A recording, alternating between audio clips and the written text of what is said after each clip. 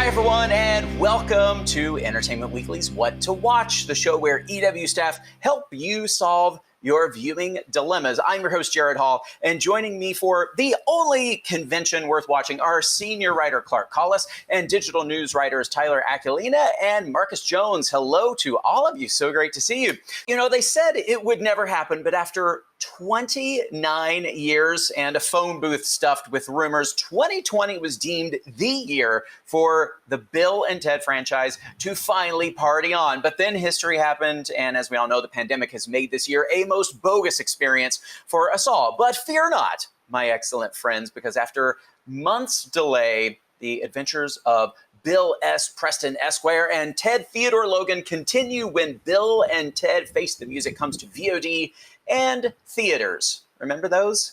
Barely. Clark, you've covered this movie for EW and you've actually seen it, so it definitely exists. Was your experience watching it most excellent?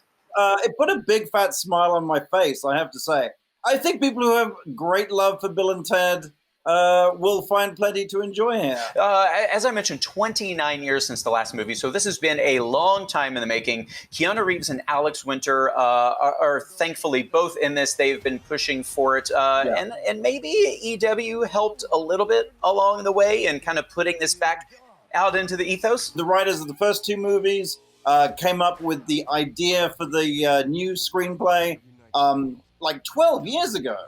And, you know, you're like, well, surely that's a slam dunk. But actually, Alex Winter had effectively retired from acting at the end of the last century to move into directing. And people forget that 10 years ago, people literally were not rushing to see Keanu Reeves movies. He was in a few films which underperformed. And the studios were like, could we recast it with teenagers? With like, the idea would not be a threequel, not a sequel.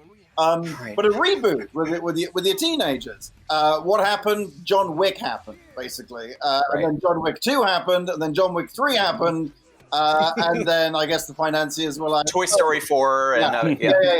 Absolutely. Yeah, and Keanu, you know, the whole Keanu-essence happened. And that was one reason that they were able to finance the movie. The other reason, I would refer you to a little old magazine that I like to call Entertainment Weekly, who did a reunion of Keanu, you know, the Keanu and Alex and the two writers, and it just absolutely lit up social media. It wasn't even a cover story. We're happy to have a little bit of a part in that, a hand in that, but not stake all the credit for it. As well, I got 3 points in the whole movie, so everybody go to see everybody, you know, VOD and everything, and I'll be set for life. All right, moving on from two dudes who haven't grown up to a duo that have always stayed the same age. This week sees the return of beloved animated stepbrothers Phineas and Ferb in Phineas and Ferb, the movie Candace Against the Universe, which is streaming on Disney+. Fans of the original series are likely a little older now. Tyler, is this movie geared toward the show's OG fan base or a younger audience, or is there a little something for everyone here? I think there's a little something for everyone. I mean, Phineas and Ferb was always a show that kind of played to different levels of audience. Parents could enjoy certain jokes and things in the show, and kids could appreciate other aspects of the show. And this movie is very much the same way. And there's a lot of Easter eggs and little references for longtime fans scattered throughout. And a lot of the original voices are back for this, but also some new ones. Ali Wong, Thomas Middleditch, Tiffany Haddish, Wayne Brady. Yeah. Tell us how they factor into this film.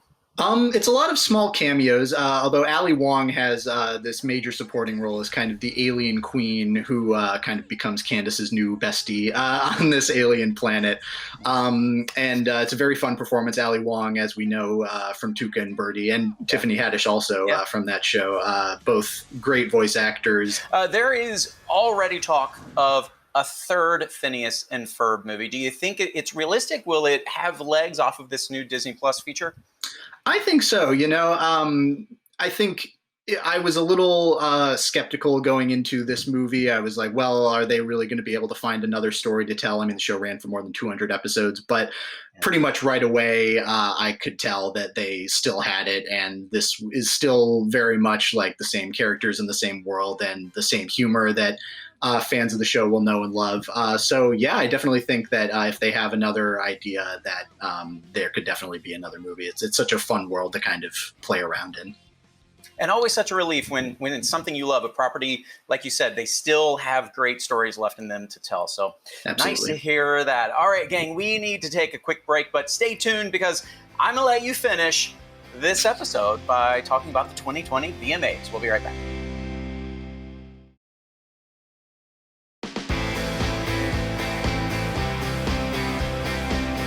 This weekend marks the return of our favorite Moon Man. Sorry, Ryan Gosling. This Sunday, the MTV Video Music Awards are back, being held in New York City. Although this year, spotting someone you know in the audience might be a little harder than seeing an actual music video on MTV. Some of music's biggest stars are set to perform remotely. Lady Gaga and Ariana Grande, Miley Cyrus, Maluma, BTS, Doja Cat. They recently announced a pre-show featuring Chloe and Halle, Louis Capaldi, Machine Gun Kelly, and more. They're, of course, taking a lot of precautions to make sure our favorite pop stars stay healthy. But Marcus, what do you think the show will really look like this year? So it's hard to tell. We've seen a mix of award shows already sort of tackling how exactly do we make this in times like these. They're certainly familiar with doing performances that are outside of Radio City or Madison Square Garden, stuff like that. I remember one year Nick Jonas performed in a diner. Katy Perry strangely performed on like an island by the Brooklyn Bridge.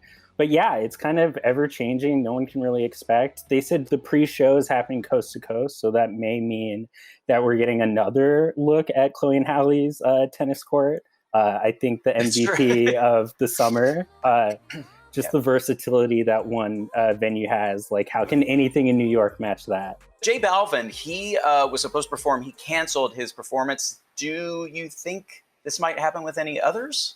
So someone else already did cancel, Roddy Ricch, who had the number one song like throughout the first 4 weeks, probably up until quarantine. The Box was number one, the Eat Her song. But I think you can definitely expect Lady Gaga and Ariana. That's a long time coming. Yeah, so on the topic of that, they announced Lady Gaga first and then Ariana a little bit after. So it kind of makes me wonder, do you think she'll be doing, Gaga would be doing something that's like a medley of Chromatica and then bring in Ariana? So one can only hope. I mean, Lady Gaga is sort of like the new MVP of the VMAs. Like, she's so synonymous like with music videos and the Music Video Awards, and has a lot of iconic performances. Not a video vanguard yet, surprisingly. But even if it's just Rain on Me, you can expect her to go all out. I think what's interesting, though, is the Ariana factor. She actually has a bunch of nominations through Rain on Me and Stuck With You, her song with Bieber. Bieber also has a lot of nominations, and so you could maybe expect a surprise. But yeah, hopefully more than one Chromatica song, but I wouldn't be mad at more than one Ariana Grande performance. Yeah, you mentioned Gaga not being a Video Vanguard Award winner yet, but they actually haven't announced that there will be one this year, right? Right. So they don't have it. Who knows? They might surprise Lady Gaga. Yeah. That would be really awesome. Though I think they'd want to go all out if they're giving her the award. They've done some really interesting Vanguard performances before. Yeah. What they do have this year, though, is an Everyday Heroes Award to acknowledge the time that we're living in, acknowledge quarantine and sort of frontline workers. So expect sort of a dedicated segment to that, maybe in place of what a Video Vanguard segment would be. All right, guys, last question here. It's for all of you. What is your favorite moment from the past VMAs? And bonus points if you were in the room. Clark? I was in the room when Kanye West did the Taylor Swift thing. Oddly, a friend of mine who I was with had interviewed Kanye and kept on getting text messages during the performance, I think, from Kanye's publicist or some sort of associate who was then accompanying Kanye on some sort of, I wouldn't say a walk of shame or whatever, but Kanye was definitely, did not stay till the end, was my recollection. But in fact, sort of like dotted around Manhattan, and we were getting, or Brooklyn, and we were getting sort of like updates on which empty bar Kanye was for some reason standing in the middle of it at various points, which is kind of cool. Yeah. Yeah, Tyler, what's your favorite? I think Missy Elliott's performance from just last year was really incredible. That medley of all her songs that she did, and actually a bit of a Phineas and Ferb crossover there, because if you recall, they brought out Alison Stoner, Right. Who is of course a voice actress on Phineas and Ferb, and also kind of first came to fame by appearing in Missy Elliott's "Work It" video. All right, and Marcus, lastly to you, wrap us up here.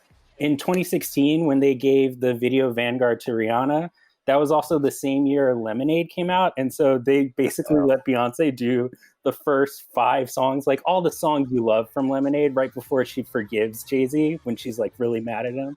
All right, guys. Well, that is it for our show. Thank you to my guests, Clark Collis, Tyler Aquilina, and Marcus Jones. You all deserve to win Artist of the Millennium Moon Man, if that word actually existed. We'll see you next week on What to Watch.